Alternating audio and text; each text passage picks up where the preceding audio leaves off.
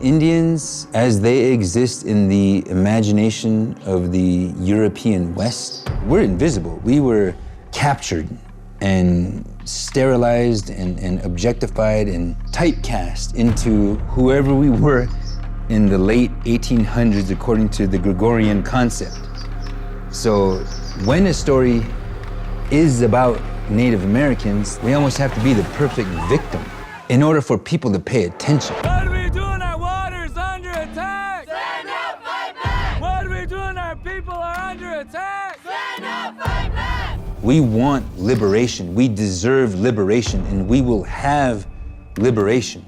But Standing Rock was part of the process. My name is Chase Iron Eyes, and I was there during the Dakota Access Pipeline protests. I belong to the Titawa Oyate na Ocheti Shakonwi, also known as the Great Sioux Nation. I'm the lead attorney for the Lakota People's Law Project.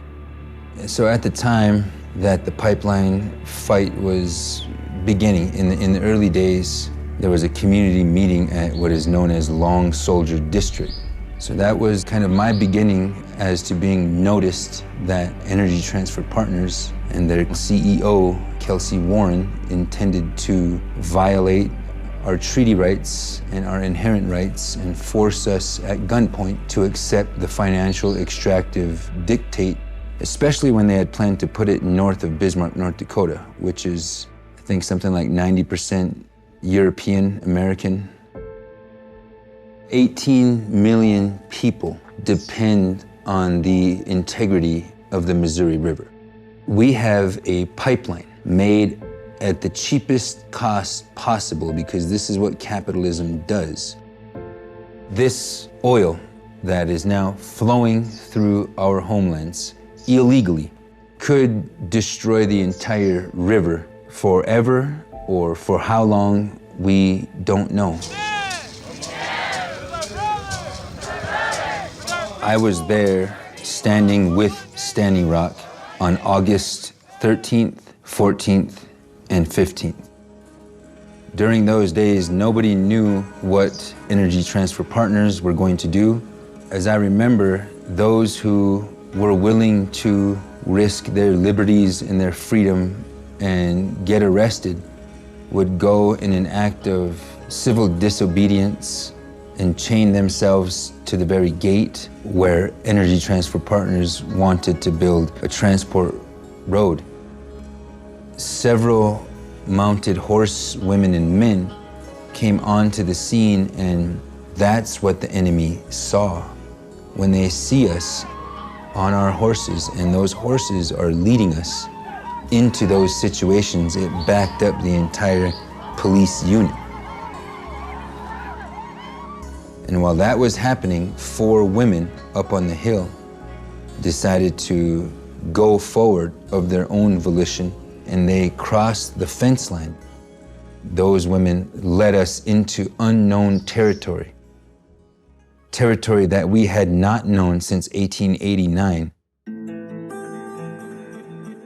I was there when 80 people rushed that fence line after these 4 women demonstrated that bravery.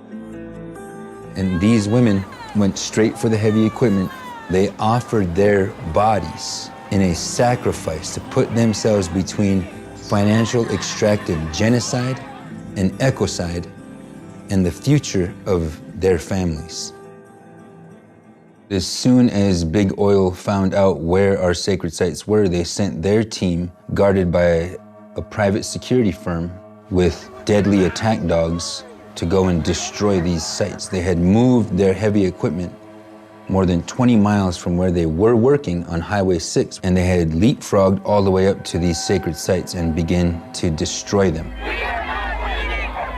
Hundreds of us were putting ourselves in harm's way. So when these attack dogs were being presented as a very credible threat to unarmed women and children, the warriors of that day took it upon themselves to drive this security team and Dapple's heavy equipment operators back to where they came from.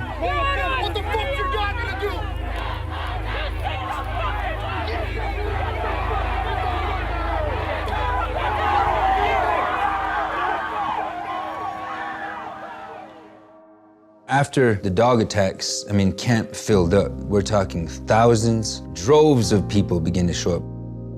The security team, they had identified an area that they could defend. It was a bridge whereby they held that bridge and kind of stopped our forward repelling of this threat. No! Those security forces began to mace unarmed people and inflict that pain and brutality. This is not okay. People were laying on the ground crying because they were being maced or pepper sprayed. The police are protecting and serving the pipeline. They're protecting fossil fuel profits over human beings. They're macing people. They're fucking tasing them in the face. Nobody who's been brutalized during that time was ever made whole. I was there when peaceful water protectors were attacked and brutalized on Backwater Bridge. Flashbangs. This is my first experience with this sort of weaponry. And it was like the 4th of July. There was all sorts of flares, all sorts of less lethal bullets. The things that they're using on protesters today, Black Lives Matter protesters, but it's more than just Black Lives Matter. Obviously, there is a revolution happening right now, but it began at Standing Rock. I was there and I saw blood running from people's eyes. I saw blood running from people's limbs where these security forces, these private mercenaries, were maiming people. If anyone man enough, get the fuck over here. I'll be waiting here. In 20-degree weather, the National Guard, they had a fire hose, and they were spraying all of the water protectors and coating them in water in freezing temperatures. It is an endangerment to human lives, and they knew this. I was there on December 4th to see 3,000 veterans, maybe 10,000, 13,000 people, just a long line of cars going into Oceti, because people had been given this great news, and victories were hard to come by at Oceti. But this day we had learned that President Obama and the Army Corps of Engineers were going to deny Big Oil's permit to drill under our river.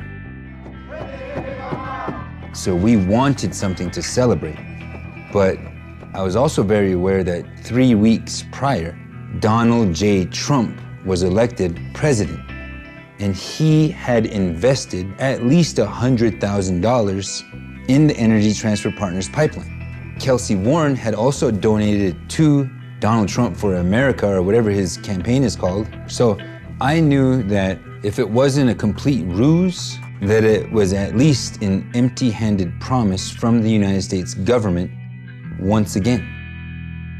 You had pipelines that couldn't be built. I immediately approved them. Dakota? How about Dakota access? That was a very unfair situation.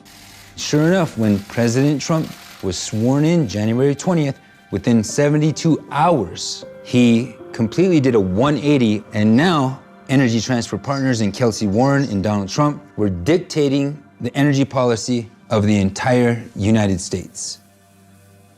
I was there in the dark of February 1st, 2017, when again hundreds of military vehicles, law enforcement vehicles, National Guard vehicles began to mobilize north of Backwater Bridge.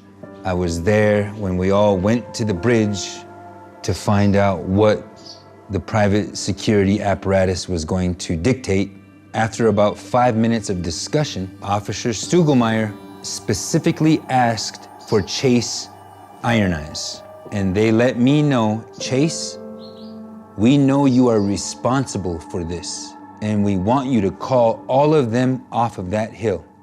And I was there when I replied, you guys have been looking for one chief for 500 years, and there is no one chief who commands those Indians and their allies on Last Child's Hill. Report Command 299. Looks like they're starting a fire down there at the entrance to this west side. We formed a circle and we protected our sacred fire, just like the Buffalo people. I was there in the freezing cold when those police forces and their Bearcats and their LRADs and their Humvees began to ascend Last Child's Hill and arrest us. Morton County, on behalf of the state of North Dakota, charged me with inciting a riot and criminal trespass, which presented to me a potential to return to prison for 6 straight years. August 23rd, 2018 is when my charges were finally dropped. This is Chase Iron Eyes. I'm standing outside the Morton County Correctional Facilities. It's time for the true patriots to stand up to tyranny, because it's here and it's coming. Since Standing Rock, I know that the American people are waking up to the nightmare that we experienced there at Standing Rock. All the mothers, all the fathers, all the US military veterans who are now being shot with less lethal bullets, who are now being shot between their eyes with concussion grenades, who are now being snatched and grabbed by private police forces. But it's clear to me that we're drawing a line. And right now, Portland is part of the process. Minneapolis is part of the process. Los Angeles. Black Lives Matter is part of the process. The end of Euro-hetero patriarchy is part of the process. But I've been re-recognizing that land is sacred, life is sacred, the universe is sacred. I have available to me, and everybody has available to them, a more informed metaphysics, a more compassionate way of navigating our experience here on Earth. And we have those at Standing Rock to thank for that.